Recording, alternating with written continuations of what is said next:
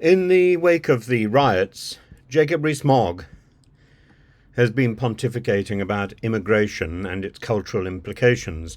Speaking on GB News, he's outlined a stringent stance on immigration, suggesting it should be reduced to the tens of thousands annually, significantly below current levels.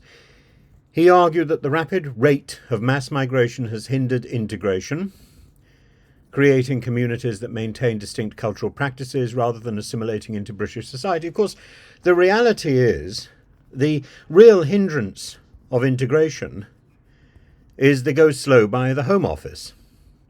Rees Mogg's commentary came in the middle of all these escalating riots, reportedly sparked by the tragic deaths of the 3 girls in Stockport, which have since been marked by anti-immigrant sentiment and violent clashes with the police, attacks on mosques and on Islamic shops in Belfast, for example. There's no rhyme or reason to this, given the fact that the person who has allegedly killed these girls and attacked others was not Muslim anyway. But it doesn't matter. This is all about an excuse by a turbulent and thuggish part of our society, empowered by people who have been promoting the sort of right-wing anti-immigrant agenda which Rees Mogg is today picking up. His remarks reflect a broader anxiety among some factions in the UK, of course, reflecting the cultural and economic impact of immigration, and he's emphasised the need for a substantial reduction in migrant numbers, aligning with his long-standing support for policies like the controversial Rwanda plan, which aim to send illegal migrants to Rwanda as a deterrent, illegal by Suella Braverman's definition and by the laws which she put forward. He's criticised the current Labour leadership under Keir Starmer for abandoning such policies, but he hasn't completely abandoned them, because to abandon them is to repeal those laws. And Rees Mogg has argued that the party's approach lacks effective measures to curb illegal migration. The riots involving violent actions such as attacks on mosques, confrontations with police, have been attributed to right-wing elements, including former members of the English Defence League. But the reality is, no matter what this person may have done or that person may have done, you don't take it out on the entire community. Simply because I may have done something wrong, that doesn't mean you attack everybody in rugby, or you attack everybody who's wearing a pink cardigan. This is madness. This is some sort of colour-coded vengeance. And the dangers of conflating individual criminal actions with entire communities or religious groups. This is madness, and this is evil. Yes, there have been evil actions, but the greater evil is done by people who are attacking willy-nilly anybody who happens to belong to a particular group, who happens to speak in a particular way, who happens to hold particular religious beliefs, or very loosely. There are so many Muslims who are barely practicing, and yet they are also attacked. As observed by some analysts, including voices on GB News, this situation underscores the harmful consequences of xenophobic rhetoric and the scapegoating of minorities. Of course it does. Critics of Rees Mogg's position argue that the rhetoric may inadvertently fuel these tensions, and while his concern for cultural integration is shared by many and by me, the suggestion that mass migration is the primary cause of social unrest fails to account for the complexities of the issues and fails to give proper responsibility to the people who are throwing sticks and stones. Protest by all means. I think it's pointless, but protest by all means.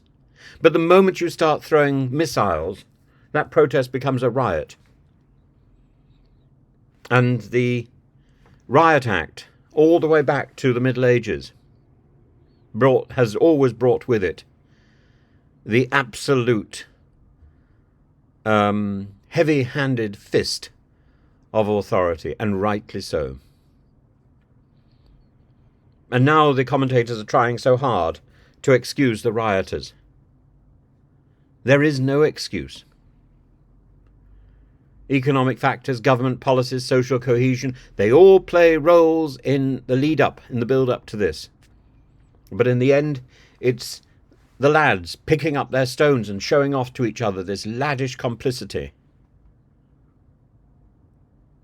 And that is the failing. That is the fault. And there's no point in turning round and saying, immigration. It's got nothing to do with immigration. It's got to do with the fact that these people are thugs, these people are uncivilized, and these people need to spend time locked up and reflecting on their stupidity. The emphasis on drastically reducing immigration overlooks the contributions migrants make to the economy and to society, as indeed Humza Yousaf has pointed out. The portrayal of immigration as a threat is a trait of the Home Office leadership under the Conservative Party, and it's a mistake.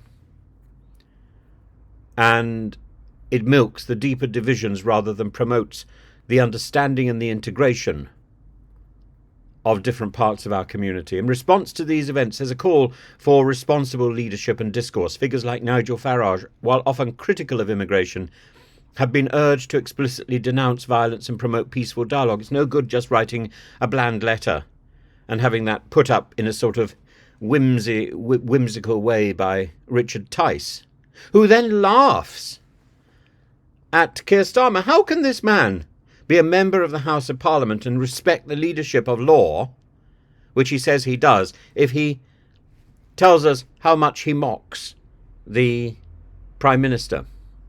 It's one thing to disagree with the Prime Minister. It's another thing to say that he has become a figure of fun and add to that as an elected member of Parliament.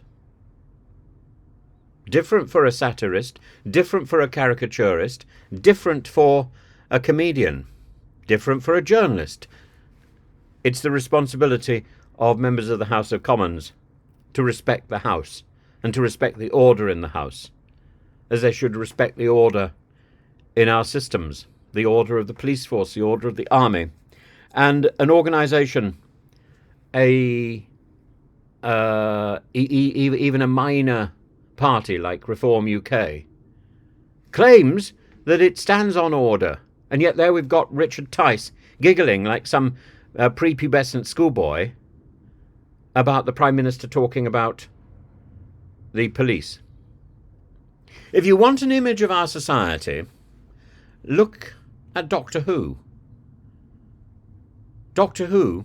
What is Doctor Who? Doctor Who is the image of this magical creature, this magical person who comes down from the sky in a police box and takes people on magical journeys of discovery and rights the wrongs in other parts of the universe. In a police box! Doctor Who is an icon of modern British sensibility. In a police box. To mock the police is to misunderstand the role of the police in defining who we are. And if politicians cannot have respect for the systems of government, they should get out of the business. They should resign. Richard Tice, be warned, because my ridicule will never stop.